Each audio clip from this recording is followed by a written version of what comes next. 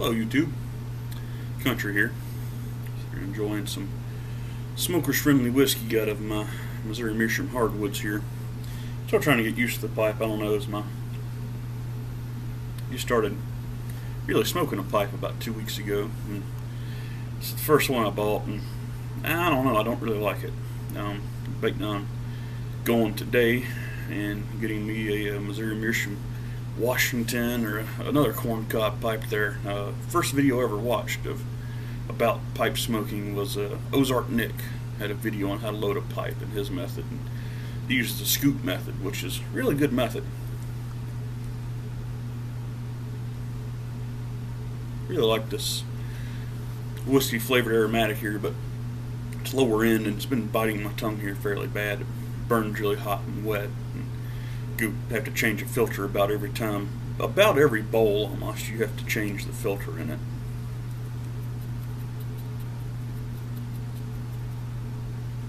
Likes to really be tamped down too, and burns really hot. Yeah, just kind of burns my tongue temperature wise, and I believe there's something that my pH of my tongue's not agreeing with there, and giving me a little chemical burn. But it tastes really good, smells good. But just wanted to give you guys a little update. I haven't done a video in a while. I wanted to show you guys my new shotgun. This is a J. Stevens and Tool Company. Yeah, now we just call them Stevens. Well, back then they were, I believe I'm saying that, yep, J. Stevens Arms and Tool Company. This was back whenever they did tools and everything. This gun, from what I can read, still can't find the exact model number of it. From what I read, it was made from 1895 to 1915, and that's just going by the way that the company name is printed on it.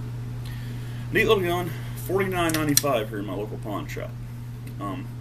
Sitting there, it was real beat up. I mean, it doesn't look much better now. I did the bead work to it and had the stock fixed and started nailing in my beads up here, and well, all my repairs cracked, so I've got to go redo them. Had a real bad split right here and repaired that. Just got to finish painting it. Didn't have a bead on it, and well, I didn't have anything to thread it with, so check that out. It's a 55 grain full metal jacket off of a 5.56 round, and it works really well because this is just an 18.25 inch barrel. I measured it 3 times. The guy at the pawn shop where I got it from measured it 3 times. It is over 18 inches, but just barely.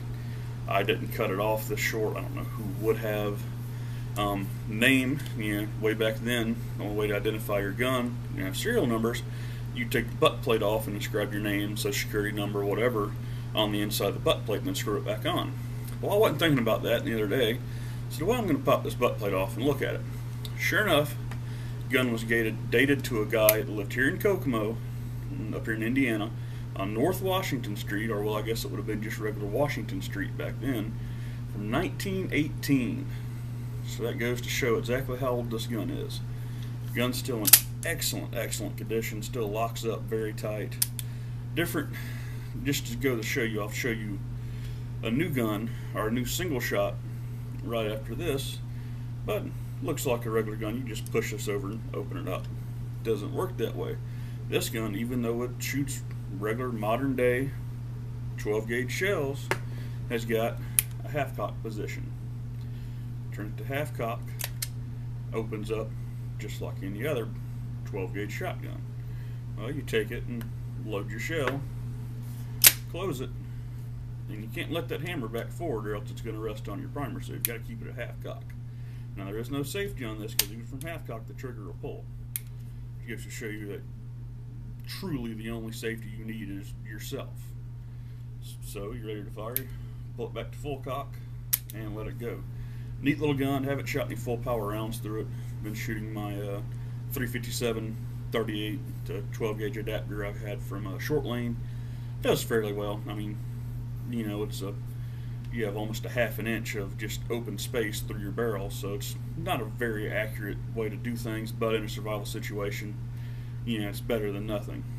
But just to show you the difference on the opening mechanisms, this is my H&R Partner 12 gauge 3-inch chamber with a disconnect completely different, because you can take this, pull the trigger, and you can hear the trigger resetting when you let it back up. So that's how the hammer can stay all the way down and close it, and there's no risk of the shell going off. It's another little pawn shop find of mine. Traded a Winchester 1500. Really liked the gun, just wasn't my kind of gun. I never have liked the semi-auto 12 gauges. I've always preferred single shots and pumps. You know, the Winchester 1300s, the 870 Wingmaster is probably my favorite pump gun of all time. But traded that, and guy gave me this and some cash. And I really liked this gun. It had a full choke on it. Well, I didn't want the full choke because I want to shoot slugs. And got this gun after watching some of Dave Canterbury's videos. And wonderful series, the Long Hunter series. Head over there and check that out if you're into the, you know, just the self-sufficient way of life. You know, it's not really, you know, backwoods like mountain man stuff, but then again, on the other hand, it is really cool.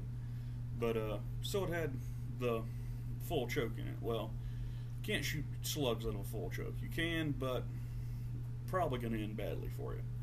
So I cut 3 inches of this barrel off.